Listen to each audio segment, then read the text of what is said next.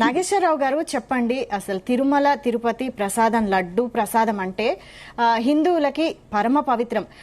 ఆ లడ్డు ప్రసాదాన్ని సాక్షాత్తు శ్రీవారి స్వరూపంగా ప్రతిరూపంగా భావిస్తారు.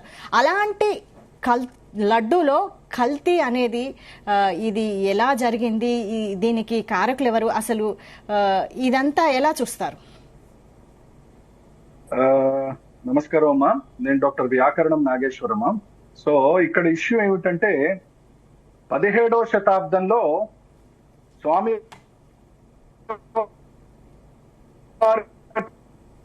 ప్రసాదం బయట అందరికీ పంచమాట.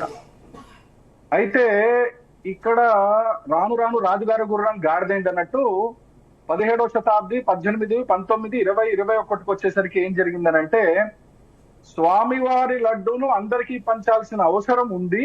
స్వామివారి ప్రసాదం అంటే స్వామివారి పాదాల దగ్గర ఏదైతే మనం పెడతామో అది మనం అత్యుత్తమమైన అంటే మన జీవితంలో ఒక్కసారైనా తిరుపతి లడ్డు తినాలి, ఆ తిరుపతి లడ్డు స్వామివారి ప్రసాదంగా మనం స్వీకరిస్తే జన్మ తరిస్తుంది అని ఎవడైతే ఒక సనాతన హిందూ ఉంటాడో, ఒక భారతీయుడు ఉంటాడో, వాడు ఖచ్చితంగా దీన్ని అంత పవిత్రంగా భావించే ఆలోచన 4-5 శతాబ్దాల నుంచి వస్తుంది. టీటీడీ వారు ఈ కార్యక్రమాన్ని చేపడుతున్నారు. ఇంతకుముందు చెప్పినట్టు ఇక్కడ ఎక్కడ భ్రష్టు పట్టింది వ్యవస్థ అనంటే, ఎప్పుడైతే రాజకీయ వ్యవస్థ ఒక టెంపుల్లో ఎంటర్ అయిందో, ఎప్పుడైతే ఒక దేవస్థానంలో రాజకీయ ప్రగల్భాలు, రాజకీయ ప్రలోభాలు, రాజకీయ ఇన్వాల్వ్మెంట్ ఎప్పుడైతే వచ్చిందో ఈ వ్యవస్థలు భ్రష్టు పట్టాయి. అంటే ఇంతకుముందు మంచి వాళ్ళు లేరా అండి? చక్కటి ఉన్నారు కదా. రాముడు మంచి బాలుడు చాలా సార్లు ఉన్నారు, ఇప్పుడు కూడా ఉన్నారు, లేదని నేను అనట్లేదు. కానీ దేవాదాయ సంబంధించినంత వరకు, దేవాలయ వ్యవస్థ సంబంధించినంత వరకు, స్వామి లడ్డుకి సంబంధించినంత వరకు పొలిటికల్ ఇంటర్ఫియరెన్స్ ఎప్పుడైతే వస్తుందో, ఆ పొలిటికల్ ఇంటర్ఫియరెన్స్ వచ్చేటప్పుడు అప్పుడు అధికారంలో ఉన్న వాళ్ళ, ఇప్పుడు అధికారంలో ఉన్న వాళ్ళు పక్కకు పెడితే వాళ్ళ ఆలోచనలు, వాళ్ళ సీరియస్నెస్, దొల్లతనము బయటపడటం వల్ల అక్కడ పనిచేసే వ్యవస్థని కొద్దిగా కుంటుపడే అవకాశం ఉంటుంది. అదే జరిగింది. స్వామివారి లడ్డూలో ఎప్పుడైతే ఇలాంటి కల్తీలు వస్తున్నాయనే అనుమానం ఎప్పుడైతే వచ్చిందో, 2 సంవత్సరాల క్రితం ధర్మారెడ్డి గారి దగ్గర ఇదే లడ్డు ప్రస్తావన వచ్చి వీడు కల్తీ చేస్తున్న అనుమానం ఉంది అని ఒక మహానుభావుడు వెళ్లి ధర్మారెడ్డి గారికి బోర్డు మీటింగ్ తర్వాత చెప్పిన తర్వాత కూడా మనుషుల్ని పంపిద్దాం, చెక్ చేద్దామనే ఆలోచన చెప్పి వదిలిపెట్టారే కానీ సీరియస్ గా తీసుకోవడం లేదు. ఇక్కడ ఇంకో డొల్లతనం నేను చెప్తున్నానండి. ఇక్కడ ఏంటంటే ఎంతసేపు స్వామి, అసలు మీ ఇంట్లో ఇప్పుడు యాంకర్ గారు మీ ఇంట్లో ఒక స్వామివారి సత్యనారాయణ వ్రతం చేసుకున్నారు, అక్కడ కూర్చున్న స్వామివారి పాదాల దగ్గర కూర్చున్న ఇంకో స్పీకర్ గారు వారి ఇంట్లో సత్యనారాయణ వ్రతం చేసుకున్నారు. ఎలాంటి అట్టి పండ్లు పెడతామండి? ఎలాంటి కైంకర్యాలు ఇస్తామండి? ఎలాంటి ప్రసాదాలు పెడతామండి? ఇరిగిపోయిన అట్టిపండు, ఈగలు పట్టే బెల్లము పెడతామా? అపచారం కదా. మనం ఏం చేస్తాం? ఇంట్లో ఇల్లాలు ఈరోజు పూజ ఉందండి తీసుకురానంటే జేబులో 50 రూపాయలు ఉంటే 50 రూపాయల వరకు స్వామివారి ప్రసాదం తెస్తాం. అంటే నా దగ్గర ఏది బెస్టో, ఏది అత్యుత్తమమైనదో అది స్వామివారికి ఇస్తాం. అలాంటిది భ్రష్టు పట్టి ఈ రోజు టీటీడీలో L1 అని ఎవడైతే టెండర్లు పాడతాడో వాడికి అతి తక్కువ రేట్లో ఇయ్యాలని ఎవడండి పెంట రూల్ పెట్టింది? మీ ఇంట్లో స్వామివారి పూజ చేస్తే అత్యుత్తమైన అతి నీచమైన అసలు లోయెస్ట్ టెండర్ లోనే పెడతావా? ఇట్లైనా అట్టిపైన కుళ్ళిపైన అట్టిపండ్లు, గుళ్ళిపైన పూలు అవన్నీ పెడతామా? ఎన్నడూ పెట్టాం. నీ ఇంట్లో చేయని పని నువ్వు ప్రభుత్వం తీసుకున్నప్పుడు నువ్వు ఎలా చేస్తావు? అసలు ఈ L1 వ్యవస్థ ఏంటి? నీ ఇంటర్ఫియరెన్స్ ఏంటి?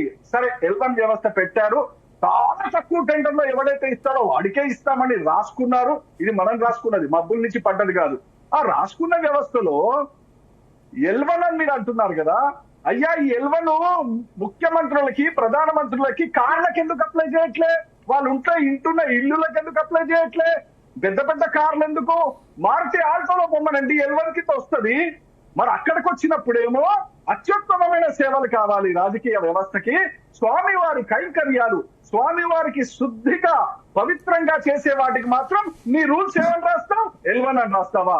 ఒకవేళ అలాంటి రూల్స్ ఉంటే తీసేయాల్సిన అవసరం ఉంది.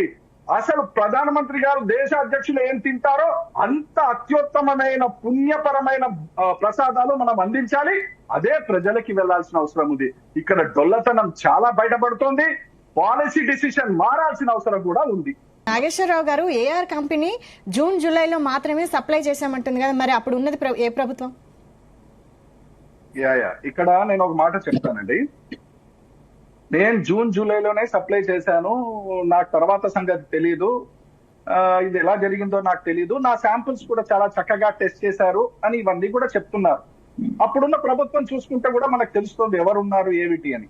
అయితే నేనేం చెప్తున్నానంటే, ఎవరు ప్రభుత్వంలో ఆ రోజు ఉన్నారు, ఎవరున్నారు అనేది విషయం చాలా చిన్న విషయం. ఎందుకు చిన్న విషయం అంటే, అది ఎవడున్నా ఈ తప్పు చేసుంటే వాడు శిక్షకి అర్హుడు. శిక్షకి అర్హుడు అంటే దాని అర్థం ఏంటి? ప్రగాఢ సానుభూతి, తీవ్ర దిగ్భ్రాంతి కాదు. కొరడా జుల్పించాల్సిన అవసరం ఉంది. మనోభావాలు దెబ్బతిన్నాయి. చాలా దారుణమైన పరిస్థితి ఉంది. మీ ఇంట్లో చికెన్ మటన్ ఫిష్ తింటే ఎవ్వరికి అభ్యంతరం లేదు. స్వామి వారి పాదాల దగ్గర ఆ పెద్ద మనిషి చెప్తున్నారు, సత్యం అది.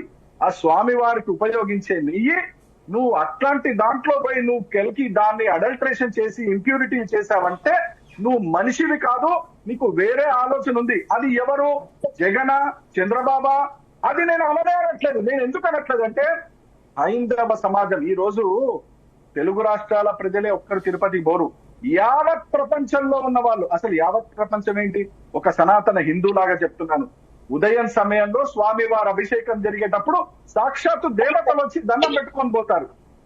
అలాంటి పవిత్రమైన స్థలాన్ని ఈ రోజు కల్తీ నూనె, కల్తీ నెయ్యి, మాంసము, దానిలో అవశేషాలు కలిపిన నూనె స్వామి వారికి పోస్తున్నారంటే ఇంతకన్నా అపచారం ఉందా?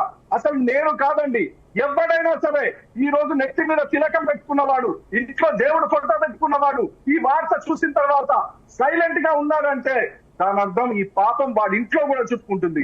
దీన్ని చాలా తీవ్రంగా చేయాల్సిన అవసరం ఉంటుంది. ఇంకో మాట చెప్తున్నాను, ఈ మహానుభావులు ఇక్కడతో ఆగకుండా ప్రధానమంత్రి గారు ప్రైమ్ మినిస్టర్ ఆఫీస్ వెబ్సైట్ నుంచి చూసి మాట్లాడుతున్నాను. ప్రధానమంత్రి గారి దగ్గరికి వెళ్ళి స్వామి ఫోటో ఇచ్చి, విగ్రహం ఇచ్చి, ఈ లడ్డూలు స్వామి వారికి ఇచ్చి 2019 జూన్ 19వ తారీఖు 9వ తారీఖు ప్రధానమంత్రి తిరుమలకు వస్తే ఇదే లడ్డూలు నరేంద్ర మోడీతో తినిపించారు. నేను అడుగుతున్నా, ఈ రోజు ఒక విషయం, ఒక డొల్లతనం, ఒక అసభ్యకరమైన విషయం ప్రవర్తన బయటపడ్డది. అయ్యా నరేంద్ర మోడీ, ఈ రోజు ఈ రిపోర్ట్ మా దగ్గర ఉంది. ఇదే సత్యమా? ఇంత ముందు కూడా జరిగిందా? ఎన్నిసార్లు జరిగింది? దీని మీద నిగ్గు తేల్చాల్సిన అవసరం ప్రజలు అందరూ కూడా, హైందవ సమాజంలో ఎవరెవరైతే కుమిలిపోతున్నారో, రగిలిపోతున్నారో వాళ్ళకి సమాధానం చెప్పాల్సిన బాధ్యత ఈ రోజు దేశ ప్రధానిది ఉంటుంది. ఎందుకంటే ఇంత చిన్న వ్యవస్థ దేశ ప్రధాని? ఎస్, ఈ రోజు బీజేపీ సర్కార్ ఏదైతే ఉన్నదో, ఈ రోజు రామాలయం కన్స్ట్రక్షన్ చేసి మేమందరం పెద్దన్న బాధ్యత తీసుకుంటామని, అందరినీ చక్కగా చూసుకుంటామని ఏదైతే బీజేపీ వారు చెప్తున్నారో, ఆ కార్యక్రమంలో భాగంగా తిరుపతికి ఇంత అపచారం చేస్తే మొత్తం పండితులను పిలిపించి ఏం చేయాలి, మూల విరాట్ని ఏం చేయాలి, దేంతో కడగాలి, శుద్ధి ఎక్కడి నుంచి మొదలవ్వాలి అని చేయాల్సిన అవసరం రెండో కీలకమైన విషయం. ఇంప్యూరిటీ, అదేదో కల్తీ జరిగింది, అదేదో గొరడ చూపిస్తారు, పెనాల్టీ వేస్తారు, ఇది కాదు. ఒకవేళ బయటపడితే, ఎవరనేది బయటపడితే వారి ఆధార్ కార్డు, పాన్ కార్డు అన్ని రద్దు చేయాల్సిన అవసరం ఉంది. లేదనంటే ఈ ప్రవర్తన, ఈ బుద్ధి, ఈ నీచపు దౌర్భాగ్యమైన ఆలోచన మళ్ళీ ఇంకో రాజకీయ నాయకుడికి రాకుండా కొరడా జుల్పాల్సిన అవసరం కేంద్ర ప్రభుత్వం ఉంది.